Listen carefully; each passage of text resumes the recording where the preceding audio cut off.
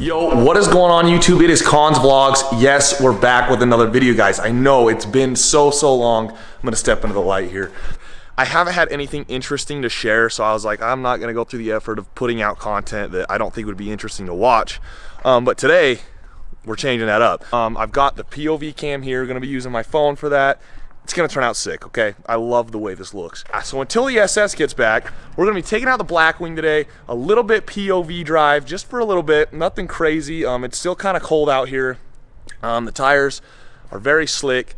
They do have all seasons on it now though. We did find some all season to put on it, so it's okay to drive. So we're gonna be hopping in, doing a little POV action, and then we're gonna be going over some of the technology inside the car and an overview of the interior, because that might be the coolest thing about the car is all the upgrades they made, and the whole interior, the way it looks, the way it feels, the massaging seats, all of it. So we're gonna be going over that today. So if you're not subscribed yet, you guys go ahead, smash that subscribe button and blow up the like button. It really helps me out. Share this, tell your friends. Yeah, let's get right into it with a startup on the Blackwing.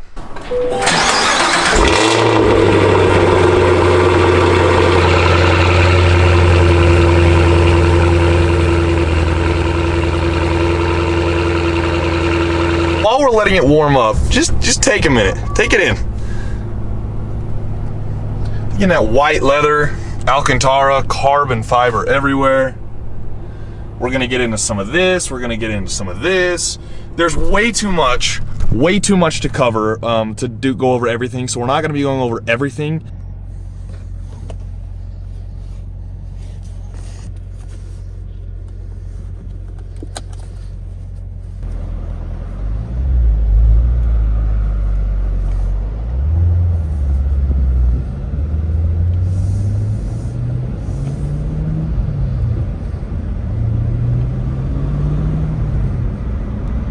So right now we got the car in V mode, and the settings that I currently have for V mode is that right there. Take a picture of that. So basically everything maxed out except for the brake feel. We do not have maxed out. It's crazy because I used to drive my SS and think like that was so tight, right? And so like well put together and everything. And I don't know, obviously part of that is because it's an older car, right? It's been out for a few years now, and I'm not trashing on the SS at all. That thing is phenomenal. But this car is so much better put together, and I think part of that is this Alpha chassis is just on another level. So if you didn't know, the Blackwing is on the same chassis as the ZL1, the 6th gen ZL1, ZL11LE, those two cars, which are just crazy good track cars. And so is this. The automatic rev matching in this thing is one of my favorite features that GM's ever done. I mean, straight up, I love it.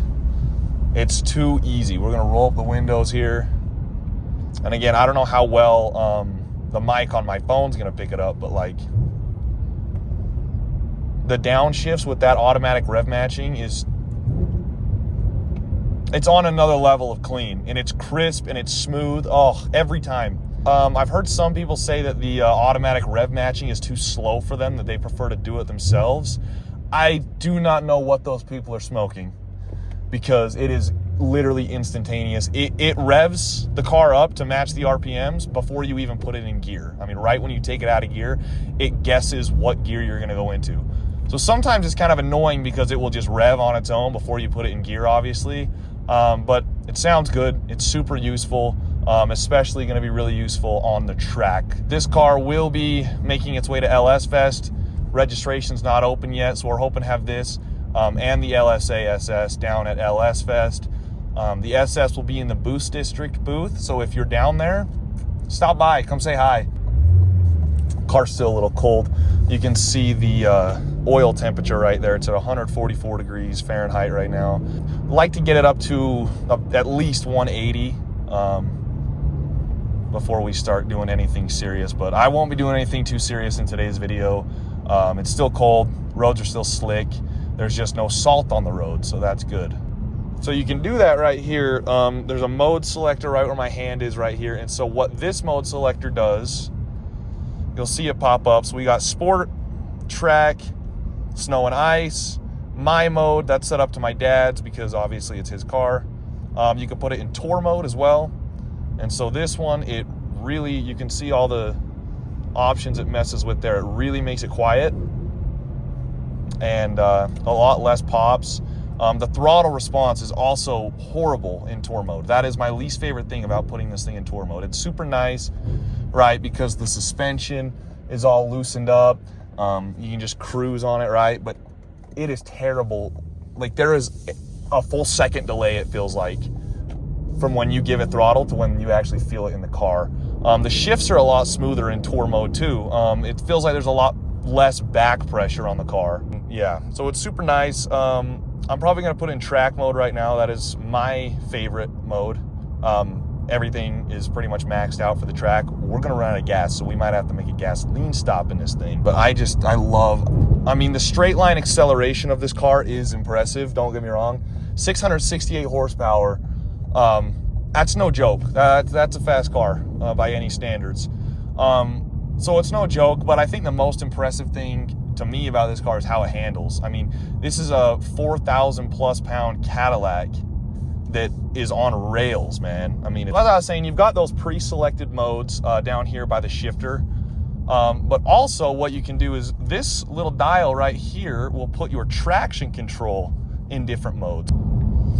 And the other cool thing about all those modes is that you can go in and customize them fully. So for example, this V button right here, kind of like how it is in the C8, it has the Z button in the Z51 package. It's kind of your own customizable mode. So you hit this V button, it'll put it into your V mode that we have selected. So we've got the sport gauges up top, super nice. And when you push that button, it pops up with whatever mode you're going into right here, and it lets you actually adjust them. So for example, I put it in here if I wanted to make the brakes feel a little bit tighter, right, a little bit more sensitive. I'll hit that right there, it tightens up the brakes, and then it will save itself. You can change the engine, you can change the suspension, just how the car feels and drives. I'm gonna soften up the suspension here, put it in tour suspension so it's a super smooth ride, but yet I still get the exhaust, the high performance engine, the most engine noise possible, and the tightest steering. I'm actually gonna put that back down too, because the brakes in this car, those 6 pistons, they grab, and it's a little bit annoying for just casual driving, honestly. When you have it in tour mode, you can really feel it squat when you give it the beans, you know? Little slippage there, not much, just a little bit. And then if we tighten up the suspension, it's literally that simple. That is the coolest thing to me. You know, my SS has drive modes. This is another level. And I think it's the same way in the Corvettes and maybe even the 6th gen ZL1s and even SS Camaros. I'm not 100% sure on that, but this is probably the coolest feature to me. I mean, you can fully customize how this thing drives for whatever mode you're in, whenever you want. No traction there at all. Little first gear 40 pole. The gears in this car are so long.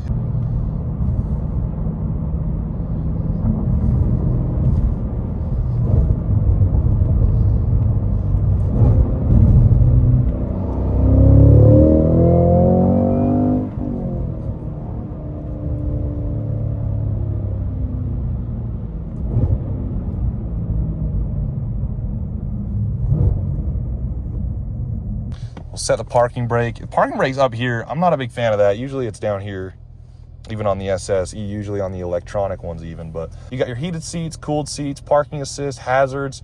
The lane keep assist is really whack. It'll actually steer the car if you start drifting into another lane. It kind of throws you off. The 360 camera, super cool. I hit that button. You can see the bird's eye view up here. You can see the bird's eye view up here, the front facing camera. You can switch it, see the side cameras.